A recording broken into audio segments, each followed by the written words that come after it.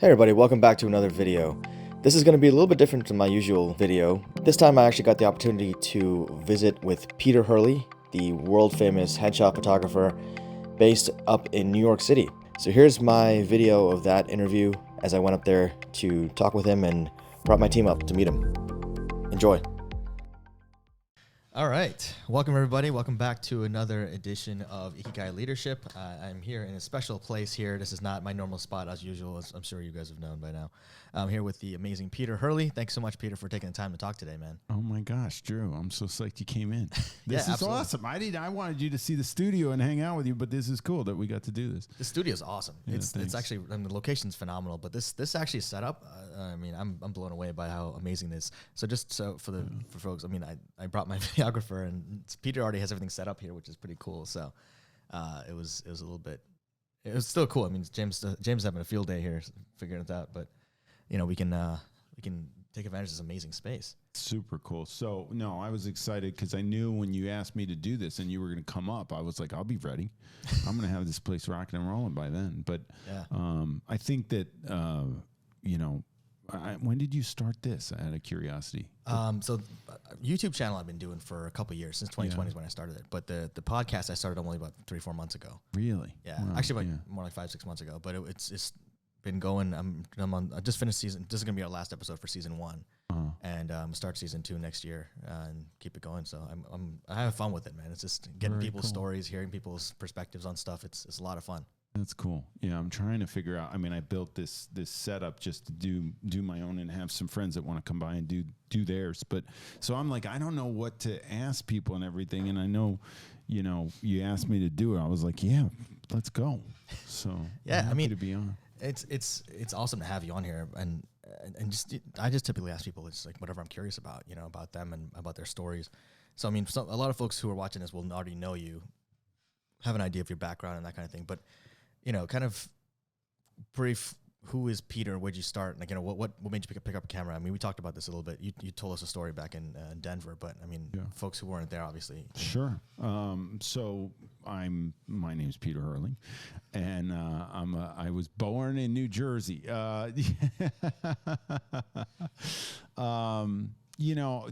path for me to grab a camera was pretty random. I actually,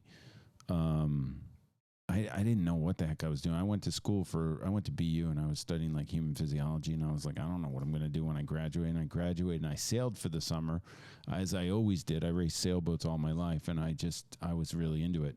I grew up on the Jersey Shore in a small town called Maniloking, and that summer I was selling sailboats at a local sailor's shop. One of my friends owned and was my boss, and kind of beat me up and taught me a lot about marketing and stuff like that. Actually, it was amazing. Actually, looking back then at this guy, he was nuts, but he did things outside the box. Not to date you, but what year was that? I'm just curious. This was it was 1993. Okay, yeah. So marketing was totally different back then, right? I mean, compared to now. Oh yeah, I was 23. You can do the math. Anyway, I asked for a couple days off to sail in this national championship, and he gave it to me. Nice. And I was like, okay. So I won, and then when I won that fall, I didn't know what I was going to do because it was a summer job. And I was like, I'm going to start training for the Olympics, because the boat that I had sailed predominantly had gone to be an Olympic class. And I was at this stage of my life where it was like, it's either I didn't know what I was going to do with my degree, and I didn't know what to do. Anyway, long story short, I ended up sailing for a couple years, and somebody saw me sailing. Well, Caggie Simonelli Bradford saw me sailing, and she's like, "You could model." And I was like, "I don't know about that." She goes, "Yeah, I'm going to get a photographer." She got a photographer, and then she goes, "And I'm going to send your pictures over to Ralph Lauren, and they really like you, and you're going to go down to Miami and get in front of Bruce Weber's camera, and then you're going to have a huge modeling career." Blah blah blah. No, it wasn't that huge, but it was fun. But Bruce told me to pick up a camera. I became friends with Bruce. I shot Abercrombie and Fitch. I did polo. I told him one day, I said, "Hey, I was in Miami, and I said, "Hey, are you free this day? I'm racing. Why don't you come shoot this race?" And he came and he put it in Italian Vogue, and it was just cool. That time of my life, it was crazy. And then, so that's the point. You're shooting and you're modeling both at this time. No. Or just shooting? No, I was just modeling Oh, and so just sailing. modeling. Okay, I gotcha, wasn't even modeling yet. I was just I had modeled and I was sailing, and then I missed the U.S. team in '96, and I came to New York and I decided to try the modeling thing. And it was not easy. Let me tell you, I'm not that good looking. Like, it's just like, it wasn't that easy. So, and it was hard, but I got some jobs and I plugged away, and I had the support of some photographers, one being Bruce Weber. And he said, I don't know why he encouraged me to pick up a camera, but he said, well, what are you doing? Just pick up a camera and go walk around and take pictures on the street. So I did. And then that was it. I was like, all right, I kind of like this. Yeah. This is cool. So you're the headshot guy. Like, everyone knows, Peter Hurley is the expert in headshots, like far and away, right? What was that moment where you were like, headshots is the thing for me? I love doing headshots, and that's what I want to specialize in, or was there a moment like that for you? Yeah, I mean, it was a monetary thing. I was trying to be what, I've told Bruce, I remember telling him, I want to shoot like you. I want to do like shots of actors for Vanity Fair, and I want to shoot ad campaigns, and I want to do this, that, and the other thing. And I was like, well, I needed an agent. I needed to get commercial work. I needed all that stuff. And I was an actor. So while I actually picked up the camera to get out of a bar, I was bartending and I hated it. And in New York, it was like till 4 a.m. So I was getting out of the bar at 4 and barely sleeping. I was falling asleep on modeling jobs. I had started acting, and I was like, maybe this acting thing can take off because this modeling thing isn't going to last. Let me try this acting thing, but let me figure out how to pay for it. So I was like, let me take some pictures. So I'd done actors' headshots, and I was like, this doesn't look like a bad gig. And these photographers were making a good living. And I was like, if I could get anywhere close to what they're charging, I'd be all right. And so I started, and I would just I'd go to acting class just to try and get the actors to pay me to take their pictures. Like, I would do stuff like that. Yeah, that's I was just running around doing that. And then I quit I was like, I don't have to go to a bar anymore. And then I was like, oh my gosh, I suck at acting too. I was like, I should quit that. And then here I am. Yeah. But see, I think I just want to highlight something about that, though. Like, one of the things I tell people a lot of times is that there's not always a direct line to what you want to do necessarily, right? It's not like life is all about the zigzag, right? It's like moving around, and then if you didn't want to get out of bartending, you might not have picked up a camera ever, right? Yeah, exactly. Which is seems like random at the moment, but it set the tone for the rest of your life, which is crazy. I think one of if I was going to say, like, one of my biggest things in my life that I've noticed is, like, if you throw me a bone, I'm going to pick it up, and I'm like, oh, there's a bone over there. I'm going to go for that one now, and then I'm going to go for that one. I was never locked into a path. I never did a 9 to 5 ever in my life. I never did. I don't think I could do a 9 to 5. I wouldn't know what to do with myself. And most people don't, frankly. I mean, I don't think human beings are meant to do a 9 to 5. We're not built for that, right? I mean, all these studies are coming out now, whether it's back problems, health problems in general, whatever, like, attention deficit disorder or whatever, ADHD. All these things are coming out where it's like 9 to 5s are actually really bad for us as humans, right? Wow, yeah. Like, just in terms of, just physiologically speaking, if nothing else, right? Sitting in a cubicle for 8 hours, 8+ hours, because some people sit for longer, right? They're just there. Yeah. Is really bad for everything about us, right? Because we're built to go hunt and go find food and go, find our next, conquest, whatever that might be, right? Whether it's food, whether it's, a new village or whatever, a place to live. And we're sitting here just crunching numbers on a computer or like, whatever, typing up or sitting in meetings. It's like the worst form of who we can be as humans. You know what I mean? And I think that the creative aspect, the part leaning into that, like you did, is really powerful. What lights up, people as they do. Because I watched you work, and you light up behind the camera. I mean, you're not like you're dim otherwise, but I mean, when you get the camera, you're like a different person in a good way. I love it. Yeah, I love it. You love it, don't you? You get that person in there, and you just drill them, get them going, get them fired up. Like, I'm glad I don't have that experience. And the pressure was there to go get the real job, especially being a photographer. So I don't know how many artists are out there have probably gone through this with the parental pressure, society pressures. Like, there's so many guys and women that I coach that say, hey, I was a yearbook photographer in high school, and then I went out and got the real job, and I did it for 20 years, and now I'm ready to get out. I'm sick of this stuff, and I really want to pick up my camera and start shooting again. And then they come and get coached by me, and I'm like, wow, That's amazing. That's so. I mean, it's wild. It's to think that our career choices were chosen and we're kind of stuck in this rut. And I don't think it's happening anymore. I think that now. I think that the kids, I mean, I have twins that are 20. I don't know what they're trying to figure it out. But I don't think that the parental pressure, I mean, I'm not giving them parental pressure to go get a, what, quote unquote, real job. Yeah. Like, and I don't think that I think COVID actually helped in a way where people don't expect you to be in the office all the time. You can work from home. You don't have to be 9 to 5 on the clock anymore. And most companies, hey, get your work done. Yeah. Do what I need you to do, rock it, and then go, Those are the good leaders say that, though, the good companies. There are a lot of companies now trying to get everyone back to the office because they're afraid of productivity and whatever, which is also just a bullshit excuse, right?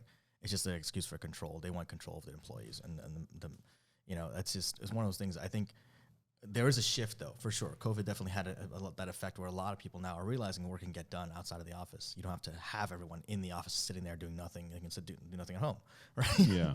But there's a line, going back to something you said earlier, which is, I don't know if you've seen the movie Up in the Air with George Clooney. Great. I think I saw it a while ago, yeah. Great movie, but there's one line in there where he asked the guy, he's like, how much did they originally pay you to give up on your dreams, right? Yeah. And that's huge. That's powerful to frame it that way, right? Yeah.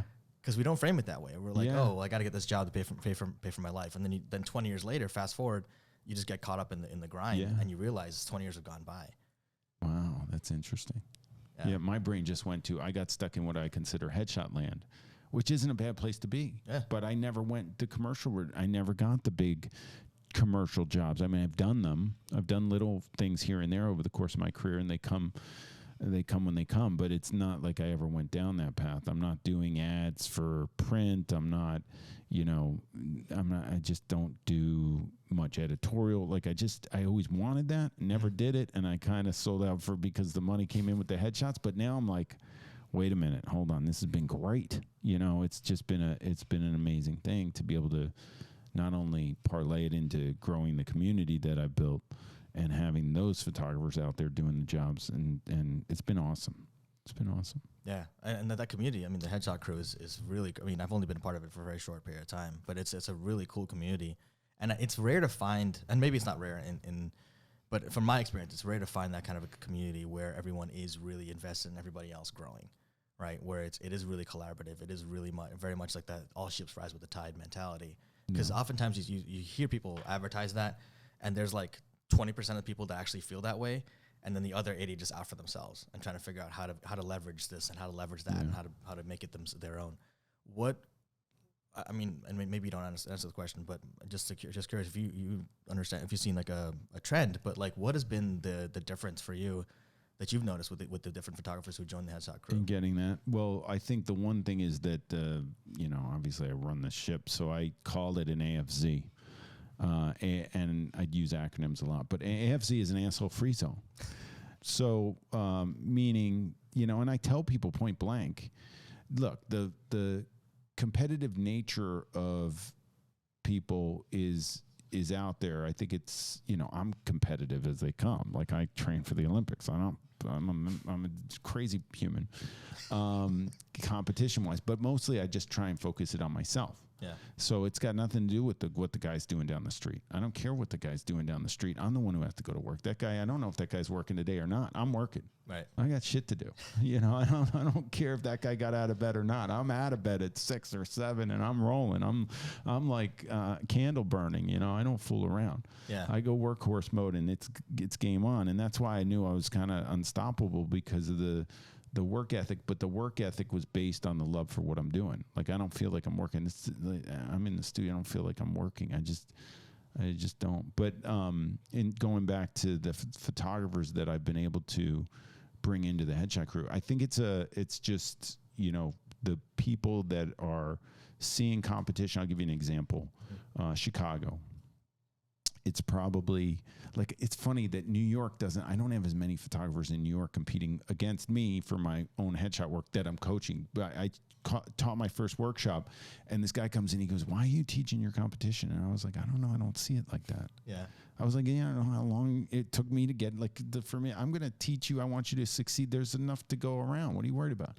So, and I always had a problem because I have this global community of photographers. Anyway, Chicago has like, I do the workshop out there, and there's just so much talent, and there's a lot of photographers, and I have seen them bond together and raise that market like no other, just because of the headshot crew bonding through Chicago. There's an associate status that people get to, and I think there's more associates in Chicago, and it's just a good example that I have, because most people are used to this, and in whatever job you have or whatever, is used to competition and coming into competition and going, no, that person is competing against me, and the people embrace the fact that the headshot crew, I teach a style, they do it, and then they can, actually grow together and change and educate people on what a good headshot is, and I've seen it elevate the entire city. So those people that are worried about the person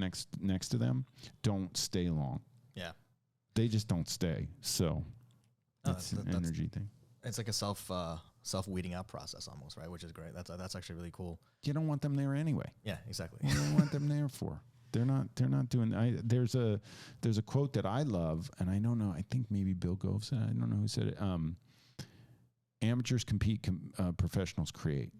And I'm a pro. Yeah. So if I'm a pro, I'm like, you can't play that game with me. I'm a pro. Yeah. I'm creating. It doesn't matter what you're doing.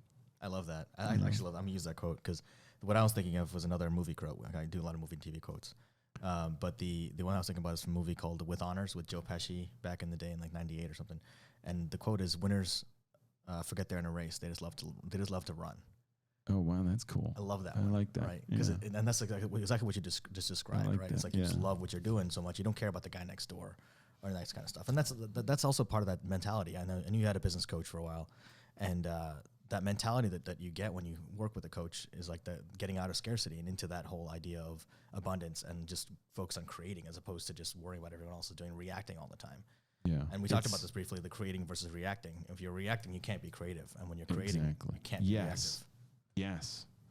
Yeah. It's easier said than done, though. Let's be real. Oh, yeah. Especially It's a mindset shift. when you got bills to pay. You're like, oh, yeah. Fuck her down the street.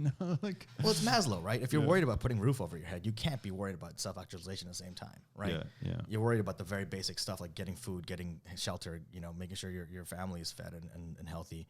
So you can't sit there and like, oh, I'm worrying about the baseline foundational stuff as well as the self-actualization, the top of the pyramid stuff, right? Yeah. It's not possible. Yeah, exactly. But in terms of the work you do with Bob Proctor, because he was your coach, what was the most impactful thing you learned from Bob?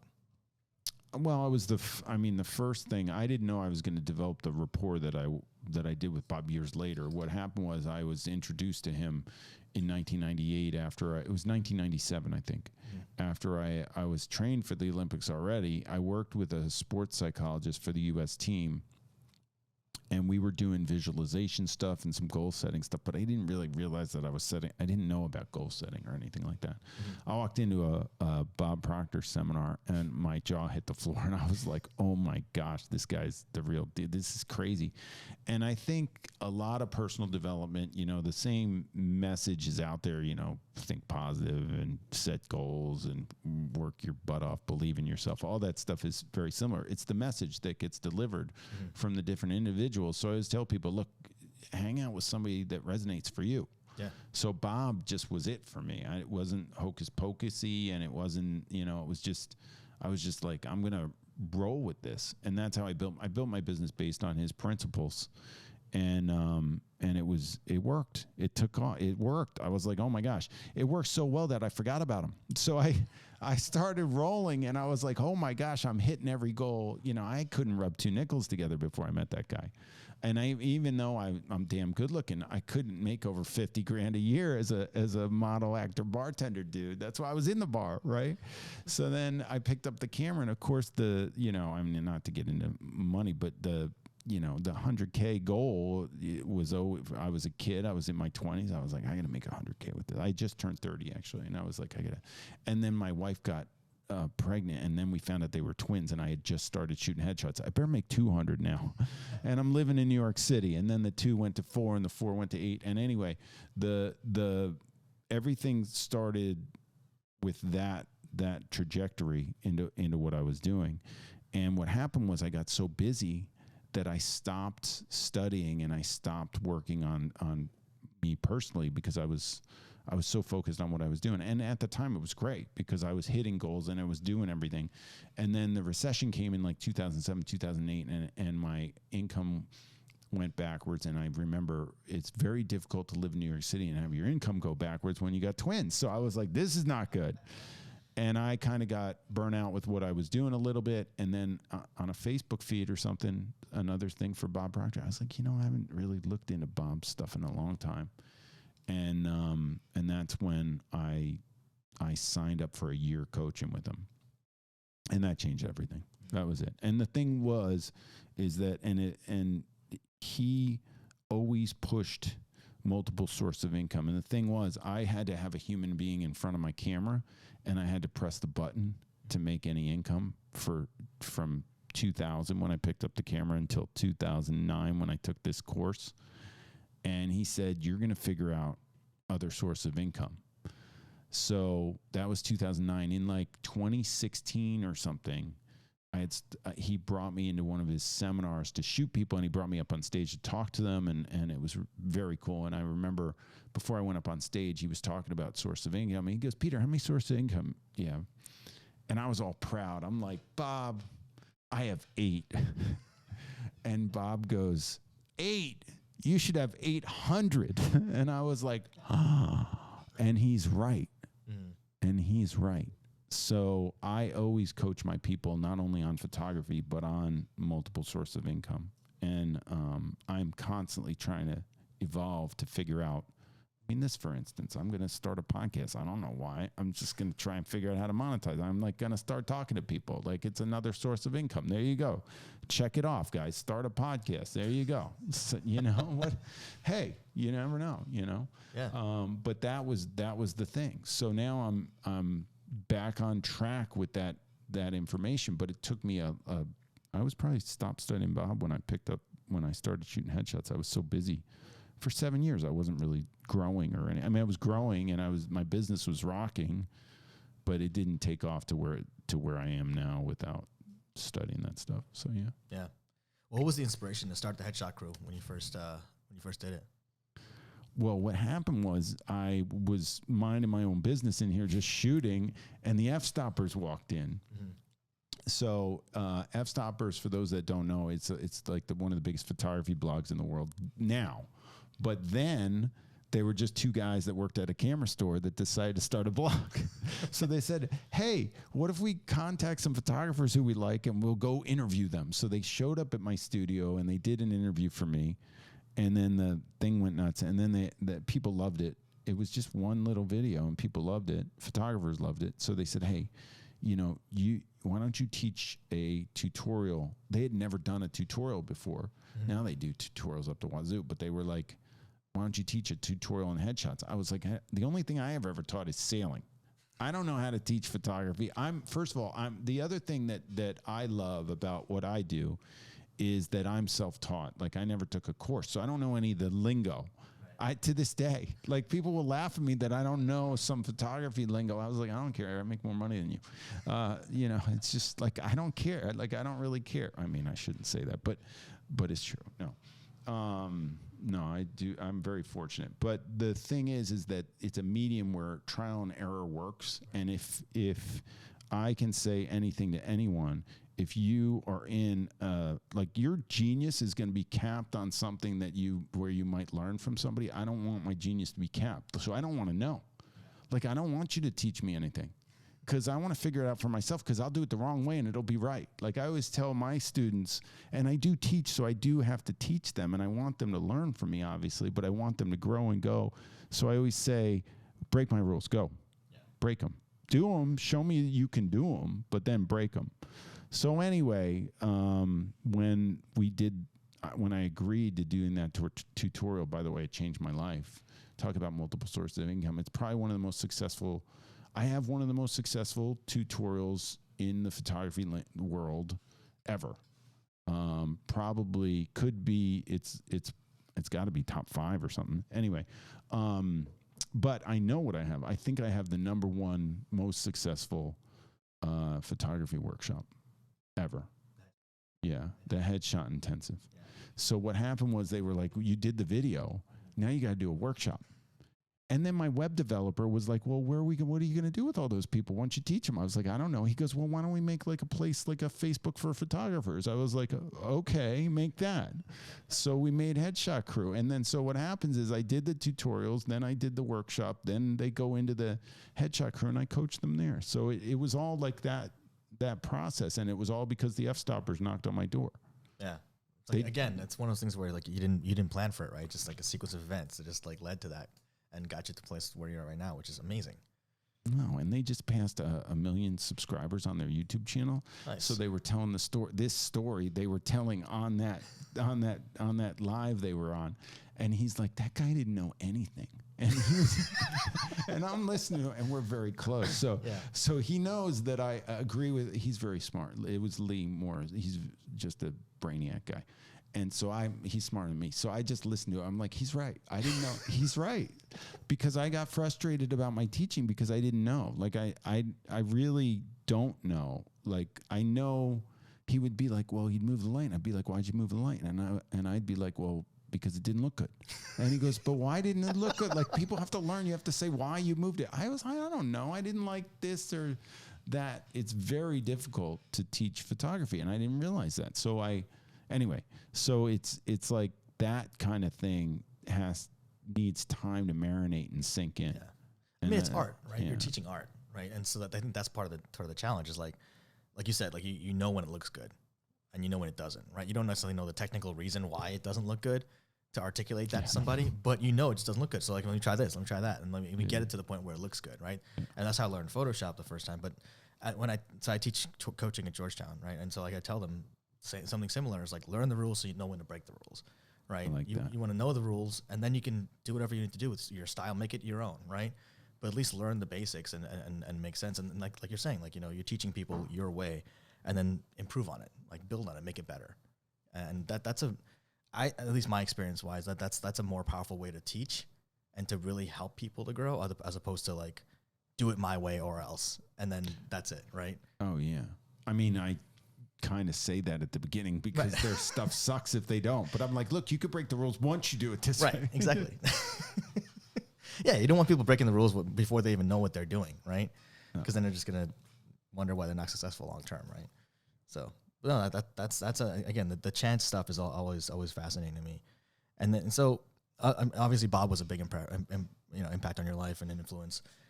If you could think of someone else or other folks in your life who have been influential or books or movies or any kind of reference for yourself, like what were the biggest influences in your life and in your career? Wow. Stuff that you don't realize. Well, I mean, this is kind of like tough to get into, but my mom was such a badass. She's gone now, but I didn't realize it when she was here. Like I had no clue that she was like that I was going to glean this. She was a powerhouse, and I didn't know that was going to do anything for me. Like I just was like, man, I can't handle it. I was like, Mom, okay, all right. I'd like set up my darkroom in her basement and I would go out there and be like working. Like I had to get shots done. Mm-hmm. I was processing all my home film and then would go out to Jersey, and she was trying to be a mom. And now I, obviously wish I was paying more attention because she's gone. But I think a lot of things that we realize about our parents and our upbringing and stuff, you don't realize until you really reflect on it, and you really can't do that until if the person's around, I guess. I don't know. My dad's still around. I'm trying to reflect on him. He's awesome. It's a different thing. It's going to come out, but it's going to come to me, if hopefully I stick around, but I think that kind of thing. And I think, a lot of stuff. I mean, if you look up to your parents, I think it's an amazing thing, to see. I didn't know it at the time, but my mom was, pretty amazing. I'm trying to think who else really. I mean, there's photographers, there's obviously Bob Proctor, there's been people in my life that have influenced me, but I was always, when I picked up the camera, there were photographers doing amazing things that I was like, I want to shoot like that person. I don't know. I think that the development of the eye is a really tough thing. That's something I can't teach either. Right. So I feel like I found headshots, but I can shoot anything. And I just don't get myself out there to do it. And I was inspired by, like, obviously Bruce Weber. And you took that your favorite shot, the one you showed us at the workshop. You took that shot, right? Like that's the one view sailing. Like yes, that. Yeah. That was an awesome shot. So that it was for Abercrombie and Fitch, and he took that. So yeah, I mean, my only knowledge of what the top of the industry was him. And then once I got into studying photography, it was back in the day it was Richard Avedon, who was still around, and one of my friends ended up shooting with him that was a model, and I was always like, oh, I want to shoot with him. I became the most annoying model when I picked up the camera because I was self-taught, so I was like, I just want to annoy the photographer on set, and they'd just be like, can you just get in front of the camera and shut up? I was like, yeah, but what's that? What is this? What's this over here? So it was like that. Irving Penn, the big ones were the inspiration. But I always think about, like, what is the fiber of the being? Where's that come from? Because I think that I'll use an example. When I was training for the Olympics, the guys that were like the best in the world, even like the world champions and stuff, but everybody that we were training with that was on the U.S. team, when the Olympics were over, one guy went to the Olympics. The rest of the guys, like, all dispersed and got jobs and got out into the real world, including myself, and did that kind of thing. It's so interesting to see how successful those guys were. Like, everybody went off and did different things, but everybody did major successes. I was like, is there something about training for the Olympics or having that mindset or that mentality that leads to you going out and needing to excel in whatever it is that you do? And I guess that obviously there's some sort of play there. Yeah. So I think my biggest influence, is going to be sailing. It wasn't even a person. It was the fact that at the age of 13, I won this world championship, I remember, and it was like a little world championship. But if you have little ones, it's at my club. It's like we made it up because there's only boats in this little area, so it's not a big deal. But it was a big deal for me, and I was thrust into this thing, and I learned competition. I learned decision making. I learned all this stuff from this sport that I love so much. So I don't think people really know. Actually, now they're trying to get sailing more popular and everything. I know Gary Vee just signed something with Larry Ellison for Sail GP. And I don't know what they're doing, but I saw Gary on the feed, and I was like, Gary's getting into sailing. I love it. Now we're talking, the jets and Sail GP. Why not? But no, it's interesting stuff. So the sport of sailing will take you and it takes kids and it puts them in an environment. I was out on the boat on my own when I was 10 years old in the middle of a bay, like in huge wind and a squall and lightning and thunder, and you're challenged like up the wazoo. And then you're like playing chess, but the board's moving with the wind changing and the waves changing and the boat's changing. And then you got to, anyway, it's extremely challenging, and it's extremely rewarding at the same time. I just got inducted into the Barnegat Bay Sailing Hall of Fame, which was really a real huge honor. I love that. Yeah, thanks. So they asked me, you could do your acceptance speech to being inducted. And I was like, they're like, we'll give you 5 minutes. And I was like, what am I going to say in 5 minutes? I was like, nobody went 5 minutes. Mine ended up being like 15, I think. But I remember it was really about the people who influenced me along the way. So getting back to, and I think people think about this, if you really dig into it, sometimes you don't think about your influences because it doesn't come to you. When you said that question to me, nothing popped in my head that was that concrete. My mom's easy, right? That's if you have that scenario. It wasn't easy when she was around. It was not easy at all. She's tough. But here's one that really, I ended my speech with this. don't get emotional about my mom, but I get emotional about my sailing instructor. So I'm 10 years old, and summer's over, and I'm walking around the club, and we had this awards ceremony, and they gave us our trophies. And we had our trophies, and I had a good summer. I was sailing this boat called the Duck Boat, which 3 years later I would be the world champion. But I was at 10, I was just starting. And everybody's leaving to go north for the summer because it's a summer town. And the head sailing instructor walks up to me in the parking lot. And I remember where I was in the parking lot. And he says to me, he says,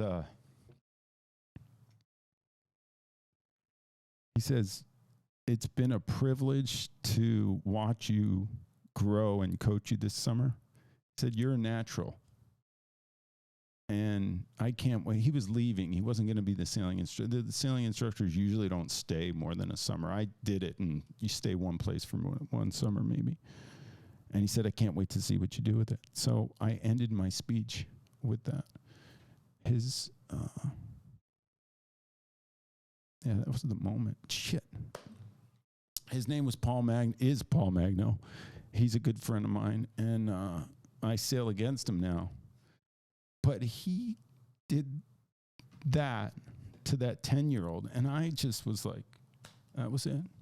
Yeah, that's amazing, man. I can't even talk about it now. I'm 53. Because it had that impact on you. I mean, that's the things that impact us. I mean, not that it didn't mean anything to him, but it was like the whole world in that moment for you, right? Like to change the course of your life. But that's powerful. I mean, telling a 10-year-old, giving the 10-year-old that kind of hope and that kind of focus and support. You know what? At the speech, it's on Instagram. I did it live. I gave the speech live. So I had told him this story because we're friends, and actually I was modeling at the time, and he asked me to crew for him. No, I hadn't started modeling, and I was crewing for him, and he hit. It was probably my fault because I didn't tell him where to go. I was supposed to tell him there's a channel marker in front of the boat, but he hit a channel marker dead on, and I went flying, and I landed on my chin and split it open. I have a scar on my chin from that guy. Anyway, but anyway, he didn't know. So over the years, I had told him. I said, you know, this story. I don't think I don't remember the first time I told him the story, but it was probably like 5 or 10 years ago. I told him, and then every once in a while, it comes up in conversation. So I don't think he expected it at the induction speech. And the only reason why he was there is because his brother was getting inducted with me. So I knew he was going to be there. I was like, I know he's going to be there, and yeah, it was awesome. I didn't get emotional when I said it there. I don't know why. I think I practiced too much. But when I think about that, and everybody has that. Who's the person? And it wasn't even that I remember him, how much he did for me that entire summer.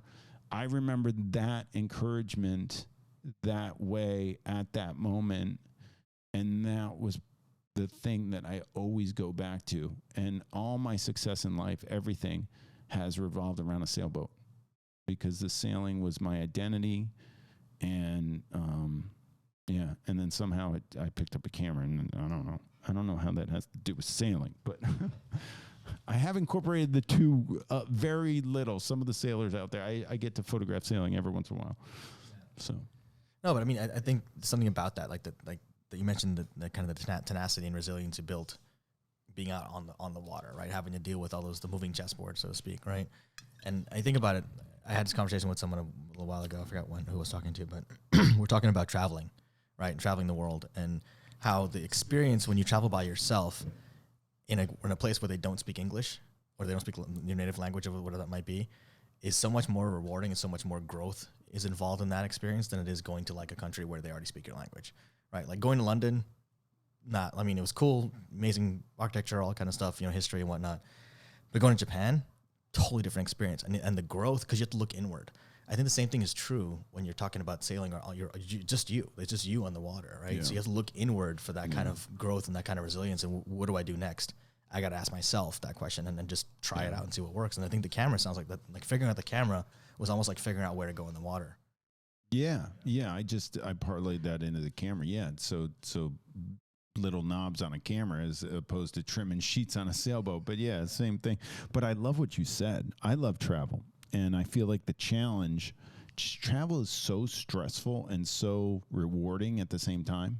It's like I got to get from point A to point B. And I was doing a 6-week trip to Europe earlier in the summer. And I was like, I don't even know how I'm going to do this. I was like, I got to go, because my buddy goes, hey, we're baptizing my daughter in Greece. And I was already going to Amsterdam to teach a workshop like the next week.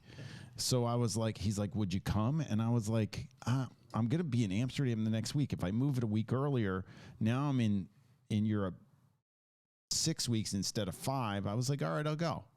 But then my daughter's in Barcelona. So I was like, my wife wants to go to Barcelona. She doesn't want to go to Amsterdam and watch me teach. Anyway, long story short, I'm in Greece. I go to Greece. I do the whole baptism thing. I get to, we're going to Barcelona. The plane doesn't make it because of the storm, and I end up in Munich.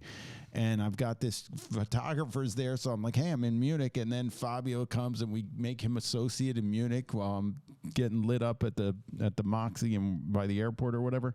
And then we jump on the plane and we go to Barcelona. And then my wife's like, I'm not going with it. So I had to drop her in Barcelona, go to Amsterdam. And then in Amsterdam, Peter Roloffs is there, and he's like, oh, I'm going to fly you back to Barcelona. I was like, okay. So he's a photographer, pilot, and I jump in the cockpit with him. Apparently over there you can get in the cockpit. So I'm in the jump seat, and I'm like filming stuff, and I got my R5 with me, and I put it down, and he lands, and the camera goes flying into the back of his head. And I was like, oh no. I mean, it hit the chair. It didn't hit his head. But this trip was like going into it. That's why I always stress with my friends and stuff. I'm like, you got to travel, and going place. I'm in like, most of obviously Europe, most of it's English speaking. And if it's not, you can get away with it. But the challenges, just airport challenges. Like, well, I'm a people watcher, so I love airports. I like just sit there and watch faces. I go crazy. I'm like, look at that. I'd shoot that. What do I do with that schnoz? How'd that thing get on there? I'm like, wow, look at this person. Look at these two people.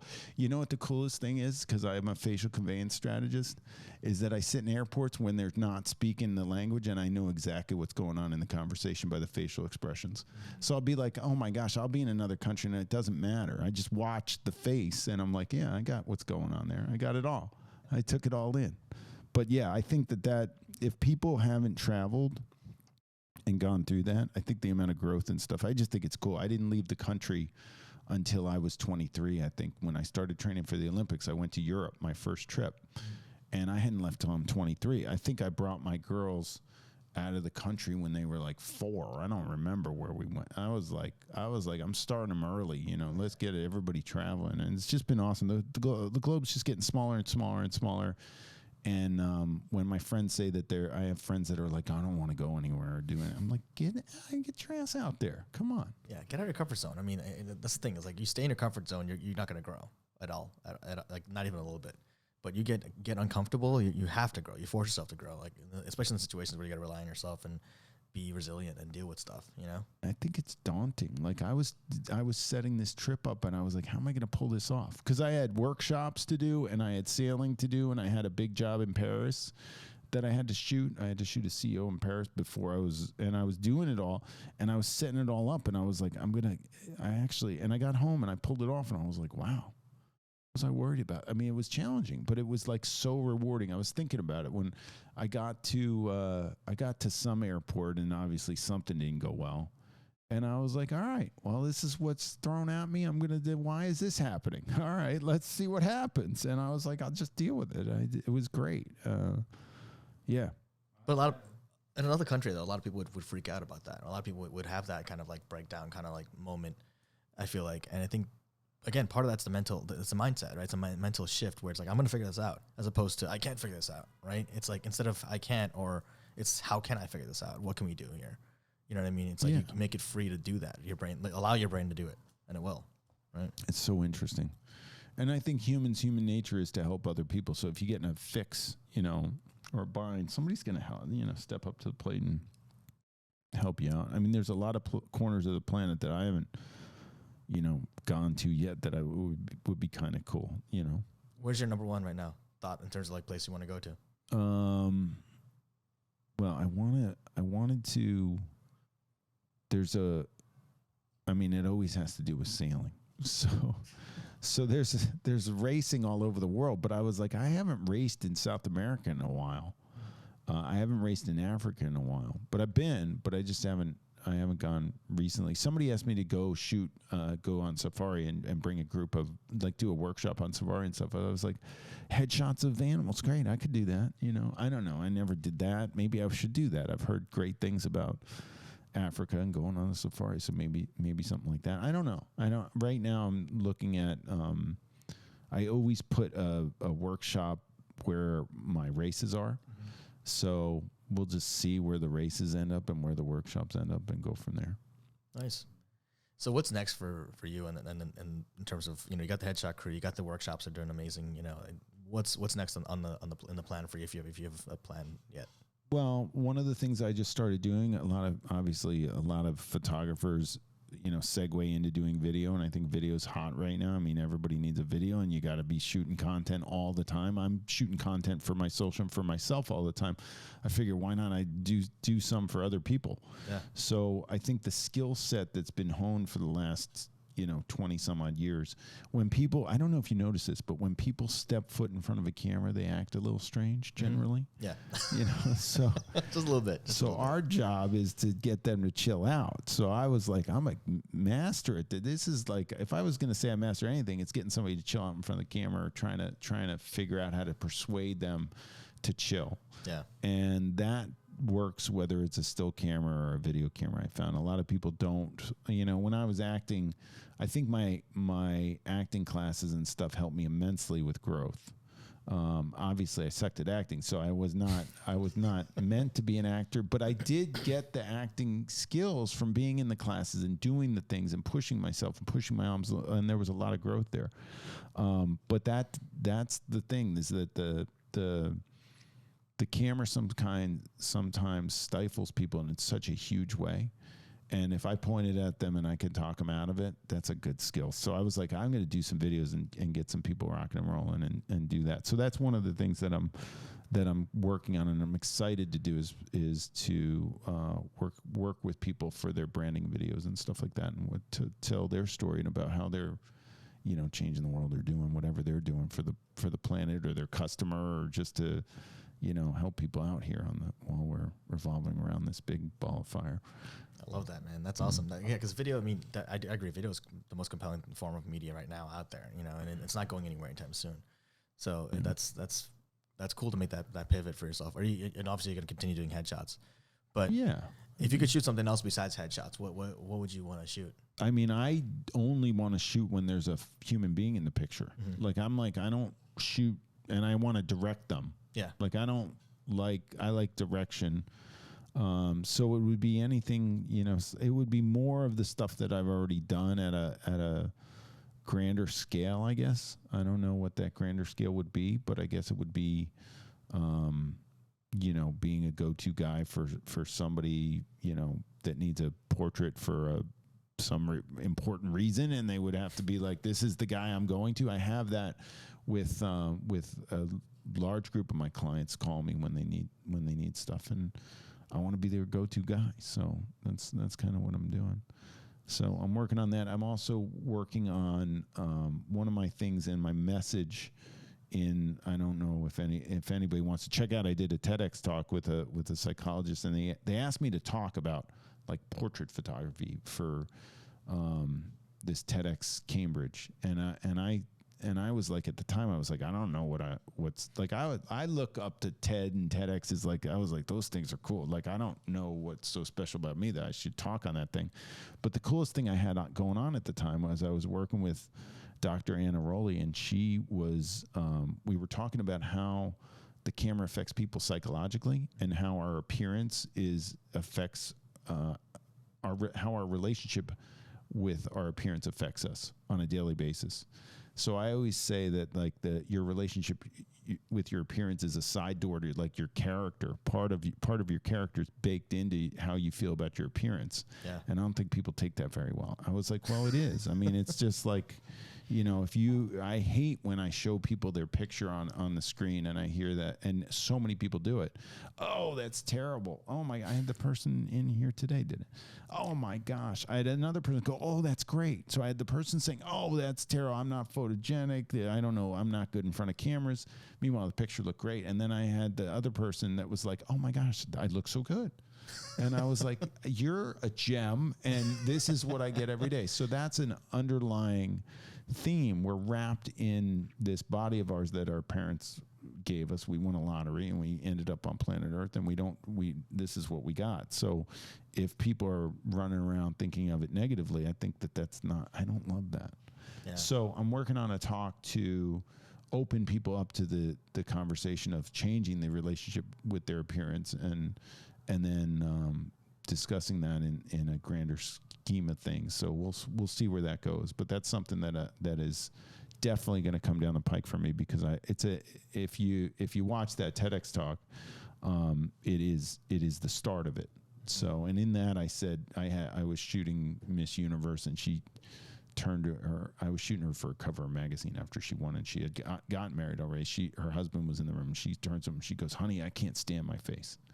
And I was like, Miss Universe can't stand her face? Are you kidding me?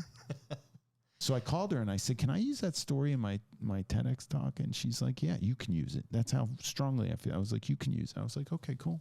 And so I used it. But there's more to that. And I did that talk in 2015, and I haven't extrapolated any more on it. I mean, I deal with it on a daily basis, and there's something there. So there's a bigger talk. There's a more... I can dive deeper into that, and that's what I really want to do, because I don't think humans should be keeping that on their plate and so consumed with appearance and stuff like that. So, or feeling everybody's got beauty in them. It's my job to find it, and I want to find it for them as well, so that they understand it when they look at it. That's a huge thing. And I deal with a lot of people who have imposter syndrome, for example, right? And it's tied to the similar things, like how you see yourself, how you think others see you versus how they actually see you, right? And that video you played for us at the intensive with the artist, the sketch artist, and how he sketches the person the way they describe themselves to him, and then they sketch the same person based on how, like, someone that just met them. Yeah, the Dove commercial. Yeah, that was interesting. That was really, really fascinating, because again, there's more psychology behind that. So I'm really curious to see where that goes. That's cool, man. Yeah, I'd be interested in talking to somebody that specializes in imposter syndrome. I think imposter syndrome is prevalent, obviously, but the one thing about imposter syndrome that I'm thinking, I don't know if this is true, is that the people that have it it's between themselves. Yeah, 100%. They don't go around telling people that they're experiencing that. It's just between them. The problem with the picture is that they verbalize it to me, but they don't verbalize it to anybody. I don't think they go around telling people I'm not good in pictures, or that's a terrible picture of me, or I'm so unattractive. But they'll tell their photographer. So I'm like, what do I do with this information? You're paying me to get a good picture of you, and you don't like any picture of yourself. I don't know. So it's interesting. It's an interesting thing. Yeah, and I wonder if it's like something where, because you're an expert in the field, they're like, oh, let me tell him so he can make me look better or whatever. Because I know we did some headshots for a guy a while ago. This is before we went to your intensive thing. But Anand did some headshots for a guy, like an associate of a friend of mine. Mm-hmm. And he's like, oh, yeah, can you do this? Make that. And by the end of all the changes, it didn't look like him at all. It looked like him like maybe 20 years earlier. Yeah, and it's like, what are you using this for, dude? Like, why are you trying to make it look like it's not even you? You know, like that's just, you are who you are, and there's nothing wrong with that. You know, it's where you are right now. And if you want to take a picture in a couple of years and you'll work on yourself and really, loosen weight or whatever you want to do for yourself, that's one thing. But if you're gonna just make it some blanket statement like I don't look good or whatever, and I want to look like someone else, and show this picture of someone totally different, so people look confused when they meet you. I don't know, it's weird. But that's the way people are, and I always tell people, look, you're gonna love this picture in 10 years. Like, and that Eleanor Roosevelt quote is the best. She said, "You're the oldest you've ever been, and the youngest you'll ever be again, right at this moment." And I was like, I hit people with that. I'm like, you're the oldest you've ever been, the youngest you'll ever be again. I think we should take this picture now. That's a powerful quote too, man. Because when you said that again, that's one you used in the headshot intensive, and that was something that hit home for me too. I was like, wow, that's deep.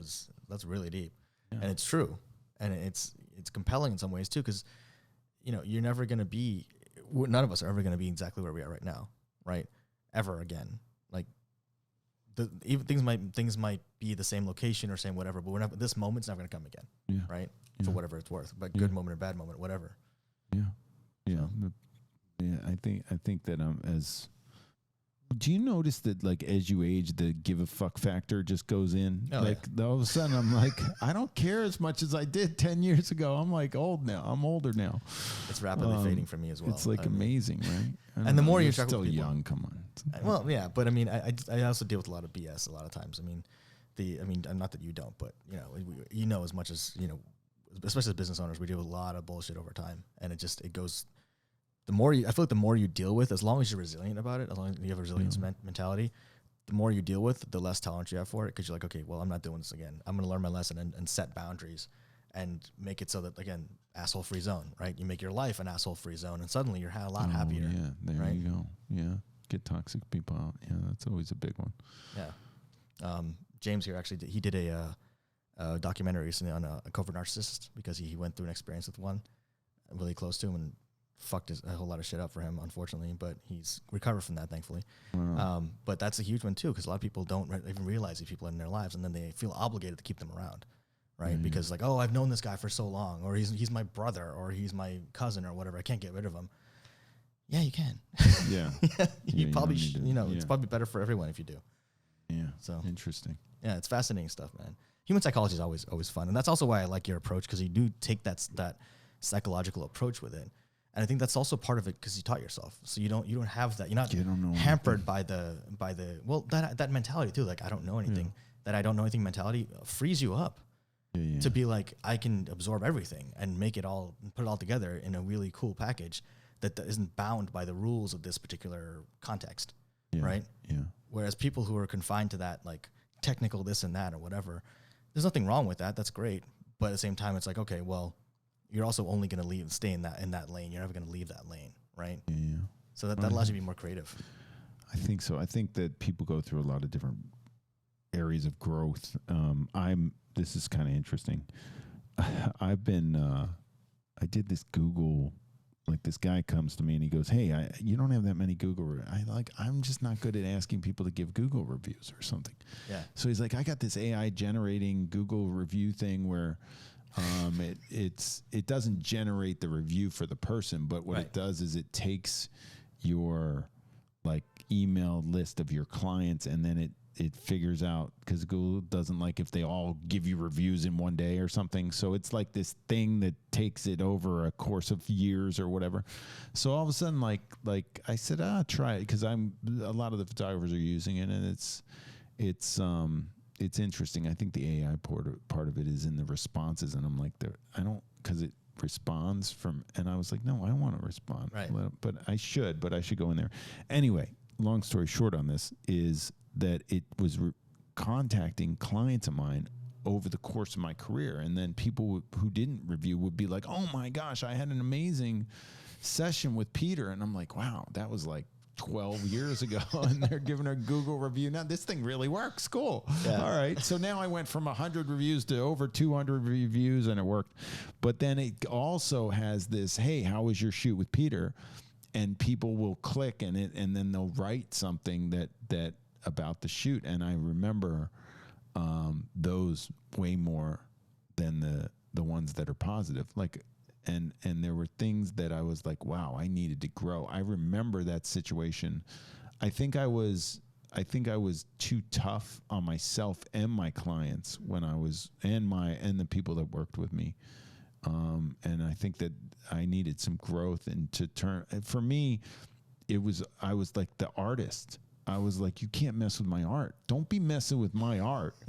And I think now I'm like, oh, well, yeah, it's my art, but I can maybe their take on it or something is better for me. Like, right. I'm trying to grow. And I didn't realize that until I got some of these emails where they were like, well, Peter did this and Peter did that. And I was like, and my other friend who's an influencer is like, don't read those.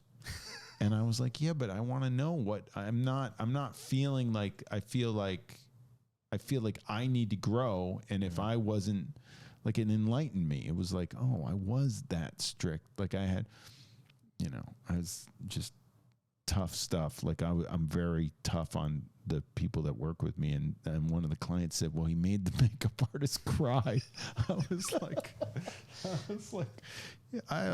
yeah, that was me. I was like, I don't think I would do that now, but I did. I remember I was so tough. I was so mad that I was like, I couldn't get what I wanted. And I was like, and my artist was not going to allow that. And I don't think I'm that guy anymore, but maybe you have to go through that stuff, you know? Yeah.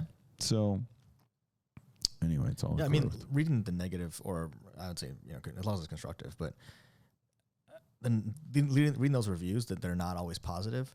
I think as long as you can have a thick skin about it and look at it from that perspective of like, I need to grow, and like this is going to be feedback, and then you can let go of the ones that are just them venting or ranting about nonsense. And it's hard to do. Yeah, it's extremely hard. I say it as though it's easy. It's not easy. This is all mindset stuff, right? It's all like getting in the right mindset and then be able to hold that back afterwards, or like hold emotions back and essentially be logical instead of human. That moment, But no, there's definitely, I mean, getting that feedback and thinking back to that moment though, from 12 years ago, if you remember something like that happened back then, but then having that, what is it? Hindsight is 2020, right? In the moment, you probably wouldn't have thought of it that way, but now. Well, I want to get that makeup artist back and the girl back and do the shoot again. I'm like, but I don't know. I don't remember exactly. I probably made multiple makeup artists cry. I mean, that might be an exercise in healing some fences, right? Like, reach out to all the ones I might have made cry. And hey, by the way, terrible. I was, oh my gosh. And the assistants that I've made cry, those I had plenty of. Oh man. Yeah, I don't think I would do that. I think I grew. I just remember that guy that used to be like that. Yeah. Anyway. So what was in your career, like as you went from different kinds of shooting to, from modeling to sailing and back and forth, and what was your biggest challenge that you've encountered in your career, whether that be sailing or photography or both? I mean, sailing is sailing. Like, I wouldn't say that there's any challenges in sailing. Like, I didn't make it to the Olympics. Is that really that challenge? Like, it was an uphill climb. It was fun. It was awesome. And I got to do it. Like, I was like, I didn't make it. I think the biggest challenge there was that, and it's the same as anything. I looked at the guy that was the world champion, the guy that was the Olympian, and I was like, I was like, I just couldn't compete with them. They were just unbelievable in a different hemisphere, mentally, physically, the work ethic, like the belief in themselves. I think no matter what, like, you weren't going to beat that. There's no way. Like, the belief in the person that competes at that level, you just can't get by them. Like, it's just like, I couldn't instill that belief in myself. Yeah. The way that they had it, and you could see it a mile away. And when I was doing it, there were two guys that were competing against each other, and they were both maniacs. I was like, these guys are not beatable. Like, I barely beat them. Like, whenever I beat them in a race, it was like a huge deal. I was like, this is cool. So I qualified for the Olympic trials. I'm 53 years old. I haven't sailed in the Olympic trials since I was 30. Nice, so it's 23 years, and I'm doing it in Miami in February, and I'm going in with this concept of, I'm going to be sailing against the best guys in the United States. And the unfortunate problem is that the best guys in the United States are not good on the world level this particular quad. So, I don't have a shot at winning. I just had my knee operated on. I need to sail. I would need to have sailed every day for 4 years and then maybe gotten good enough to start to beat these guys before. But I'm going to go out there and I'm going to have a blast, and I'm going to go through an Olympic trials because I qualify. I'm good enough to qualify, and I love sailing. So that experience, I think, is going to be really, really good for me. So I'm looking forward to that. That's amazing, dude. Congratulations. That's huge. Thanks. I mean, even if those guys aren't at the level of the rest of the world, so to speak, per se, but that's still phenomenal, especially at having just gotten knee surgery and whatnot. So huge, man. Yeah, those guys got to step it up because the country hasn't even qualified for a spot in the Olympics yet. So we're going to do the Olympic trials, and we won't even know. Like, somebody's going to win the Olympic trials, but they won't even be able to go to the Olympics unless there's only one other regatta that they can go to qualify. And I'm not going to that. Like, I'm not good enough to qualify the country. I don't think so. Somebody's got to do it, but somebody might win the Olympic trials and not go to the Olympics, which would suck. Wow. Which means we really suck, which we really need work, which is kind of, what can you do? So they definitely need some work around at U.S. Sailing right now with the way that it's going. So But that experience for me, doing the Olympics and everything, opened up the pathway to get to the camera, to get to the thing, and I leapfrog this to this to this to this to this. So I always tell young sailors and stuff and people that are doing campaigns, I was like, just keep doing it. Like, go. Like, it was the best time. Like that. And you ever know, if you look back on your life and you look at I guess I would say, growth spurts, like that time period in my life was like I was like, nothing's happening, like 10 years. Like that period was like 2 years, and it was like everything in my life changed in like a year and a half or something. Those 9 months like were like packed with change. And I've been going 10 years. I've had this studio since 2008. I come in here every day. I take headshots. I mean, I don't know. Like, I mean, other stuff's changed, but you have these growth spurts in areas of your life. And you're like, where's the next growth spurt? And what happened during that time to create that spurt? I think those are really important in people's lives. And you can see the trajectory. Usually it's when you come across somebody, like you're minding your own business and you're walking along, or you're going along in whatever you want to do in life, whatever you're trying to do. And you meet somebody and they go, oh yeah, you got to go this way. Whether they take you or they point you that direction. That was Bruce Weber for me. That was Bob Proctor for me. They went, all right, I was going like this, and they're like, no, you got to go that way. I was like, okay, I'll go that way. And then I start going that way, and I'm going to hope somebody's over there to go, now you got to go this way. So, but that's important, and I think we all have those people. So, you know. Yeah. I think about it in terms like I think it's a great analogy, like basically kind of like almost asking for directions. But I think the other part of it is you got to be willing to approach it that way and actually listen to the directions and not think, I know where I'm going. If I'm going to go this way regardless, and just end up running into a wall. Yeah. Yeah. So awesome, man. Well, Peter, I want to thank you so much for taking the time to talk today, man. This is an awesome conversation, and I don't even know how long we've been going for, but this is a lot of fun. Hopefully you had as much fun as I did. Yeah. And then we'll put everything in YouTube and in the description of the podcast and stuff, and folks can reach out to you directly if they're in New York and want a headshot and want to go with the best, obviously. But anything you want to leave folks with, any last thoughts? I don't know. That's a tough one. I would say pick up those bones. Like, if you get thrown a bone, you gotta. I think a lot of people take the safe route, and I think that everything in my life where the big changes happen is when I was like confronted with a decision on whether to go this way or that way, and I went with the tougher one or the more spicier one, or the one that's going to be a little bit rougher. Well, I could go this way and it could be pretty easy, and this looks like the way I should go. I think the people that go off the beaten path, and this is like, I mean, everybody's heard this a million times. Like, when you go do that, you know, you're taking the bigger risk, bigger reward, and I just always kind of operate that way. Yeah. Sometimes it doesn't pan out, but at least you tried. But at least you did it. That's right? what I would say. I said, you got one shot at this thing. You know, you might as well go for it. And I think, I don't want to go on and on and on. But the thing that I do think is that the big risks or the challenges or things that scare us that we bust through are the opportunities, and you don't get that many things that people don't step up to the plate to be scared. Right. Like, they don't. So when something scares you and you want to do it, then you should just be like, okay, well, I don't get that many opportunities to be freaked out and to be in this position. So I was like, well, maybe I should do that. And if you have that kind of personality, you're going to do it. There's some people that just like, they live off that stuff. Like, they got to get scared every day. Like, they've got to put themselves in those positions. That's a little bit much for me. But if you're one of those people that just stays on the sidelines and doesn't do anything, you can't be that either. So if you have this opportunity and you feel fear in something that could propel you forward, go do it.